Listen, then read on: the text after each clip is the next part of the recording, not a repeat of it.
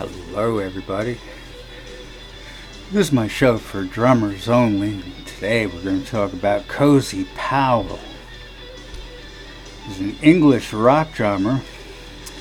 Played for Jeff Beck, Ritchie Blackmore, Robert Plant, Brian May, Whitesnake, ELP, and Black Sabbath. He was an influence on many other rock drummers. Colin Flukes, born in Cirencester in Gloucestershire. That's a mouthful. 80 miles west of London.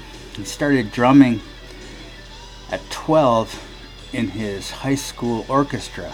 His first rock band was the Chorals, who played at a youth club on a weekly basis. During this time, Cozy was 15. The band broke the world record for non-stop playing.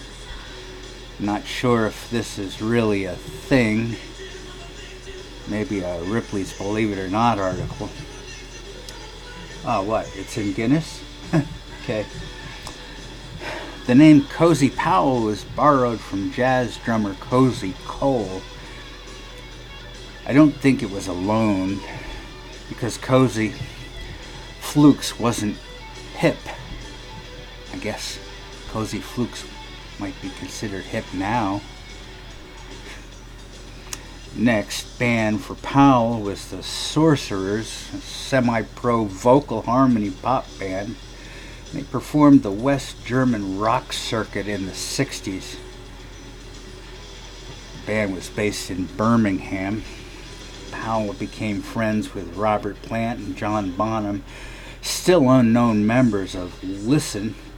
He also met and befriended a future Slade vocalist, Noddy Holder, bassist Dave Pegg, and Tony Iommi. The Sorcerers changed their name to Youngblood. Singles and demos were recorded, and this led to collaboration with the Moves bassist Ace Kefford. Powell also began session work.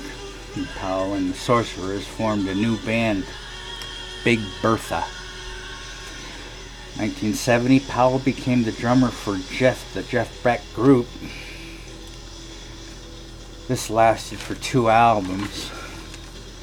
And then in 72, Powell formed Bedlam, which released 1 album for Chrysalis and a hit single, Dance with the Devil. It went to number 3 in the UK and number 49 in the United States. The track featured Suzi Quatro on bass. Powell's next session hit was The Man in Black, and this went to number 18. And Powell was drafted into Mickey Most's RAK label, which managed Suzi Quatro and Donovan. Powell formed a new band in 1974 called Cozy Powell's Hammer, and Na Na Na was a number 10 hit. And then in 75, Powell joined Rainbow. Ritchie Blackmore and Powell would be the only consistent members for the next 5 years. The band evolved from hard rock to more commercial, album-oriented rock, and Cozy left.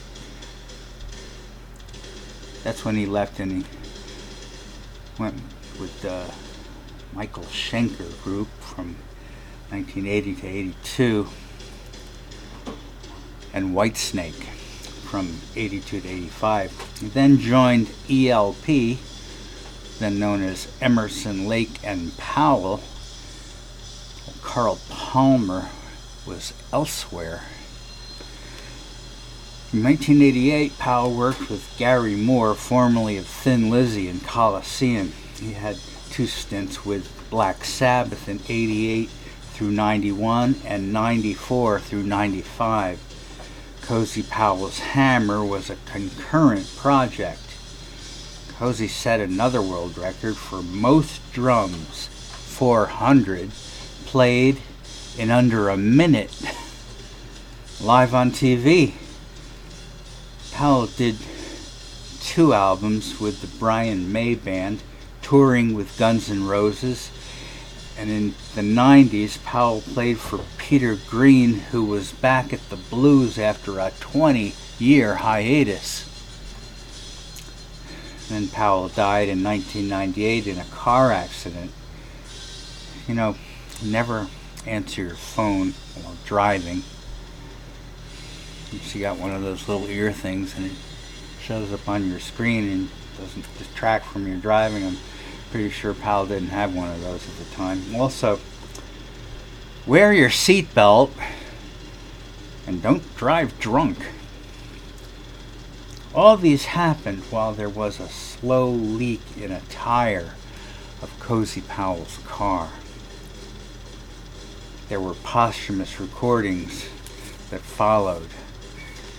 Yeah,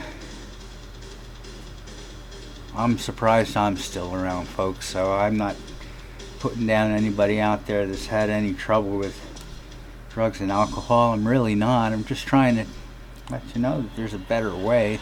There's a way out.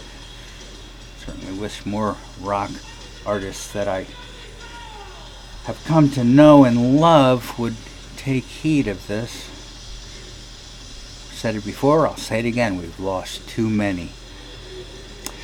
Thanks for being with me on For Drummers Only, and I will be back with another episode. Take good care.